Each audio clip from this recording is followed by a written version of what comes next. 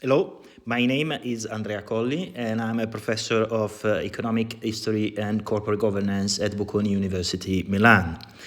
This short video is the summary of a chapter that I wrote for the Oxford Handbook of State Capitalism and the Firm, which is forthcoming, the title of which is State Capitalism in Western Europe, the Past and the Present. The background thesis of this paper, this chapter, is that state capitalism, that was once very prosperous in Western Europe, starting in some cases during the interwar period, has undergone a long process of privatizations, as is very well known, starting from the mid-1980s, but has not been disappearing. A once famous book, The Rise and Fall of State-Owned Enterprise in Western Europe, is declaring the end of state capitalism, but is not true. The thesis of this chapter is that after roughly 40 years, state capitalism is still alive, simply has changed clothes profoundly, in a profound way. And particularly during the global crisis of 2007, 2008, and after the pandemic, has strengthened its role, and also increasingly being an instrument for serving the ends of assertive governments, not only in Europe but also elsewhere. The sample of which the consideration in the chapter are based has been built using the Orbis database with its all limits. And it has not been an easy process since basically now companies that are with the ultimate owner, which is a state or a public authority or a government, are more than 50,000 with the minimum ownership threshold of 25%. Companies with a direct, not indirect, but direct ultimate shareholders in the same category amount to roughly 20,000. By the way, a remarkable number for a region, Western Europe, which has been characterized by a huge process of privatization. So in order to make this sample manageable, I decided to move in the following direction. So first of all, limiting to joint stock companies, the formulation of the sample, in which a public authority, a state or a government are the ultimate shareholder of the company, with an ownership percentage over the threshold of 25%, and this is the most selective criteria, with a turnover of more than $1 billion US dollars as a size that has been arbitrarily chosen. The result has been a sample that includes now 185 main companies with 17,000 subsidiaries in almost all the Western European countries.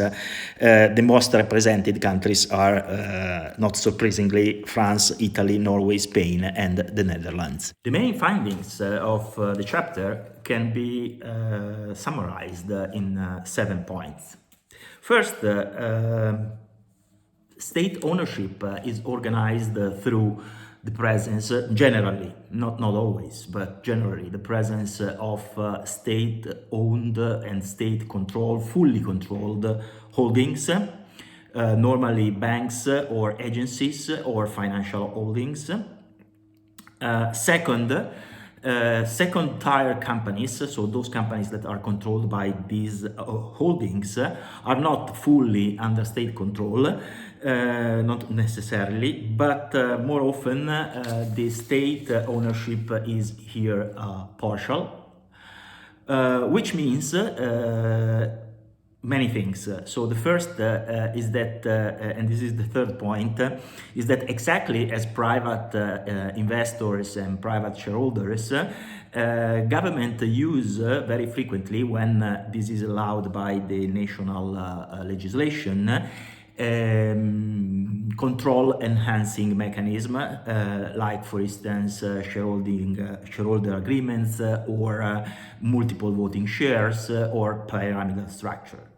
Fourth point is that in the end the state's ownership is today coexisting with the shareholding of private retail investors on one side, but also very frequently and increasingly with institutional investors, among which other countries' sovereign wealth funds, with a very complex and mixed situation.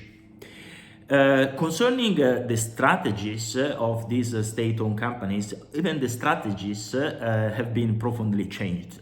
No longer being national monopolists, some of them yes, but not all of them, many of these state-owned companies have turned into multinational companies, so with a high level of internationalization. By the way, the chapter and the sample suggest that the lower is the presence of the state as a shareholder, the highest or the higher is the degree of internationalization of these companies in search of efficiency and for profitability, not only in the national market but also in the international market.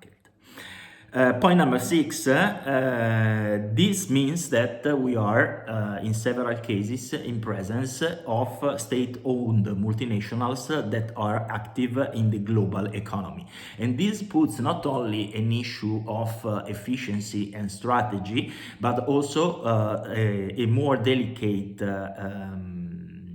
element, which is the political or potential political use of these companies as instruments for international relations, foreign policy, or geopolitical purposes. Last, number 7, finding number 7, the chapter at this point introduces, even though it's not very well and in-depth developed, probably it will require a specific prosopographic study. The chapter is stressing the relevance of the transformation at the level of the top management, which is no longer, as it used to be in the previous model of state-owned enterprises in Western Europe, is no longer selected via criteria that are related to political connections. In this case, we are in presence of professional managers with very high-level curricula in industries and other companies, private companies, that are hired on the international job market, which is a signal, a clear signal of the transformation in the nature of state control over the corporations, particularly in the case of Western Europe. Thank you for the attention.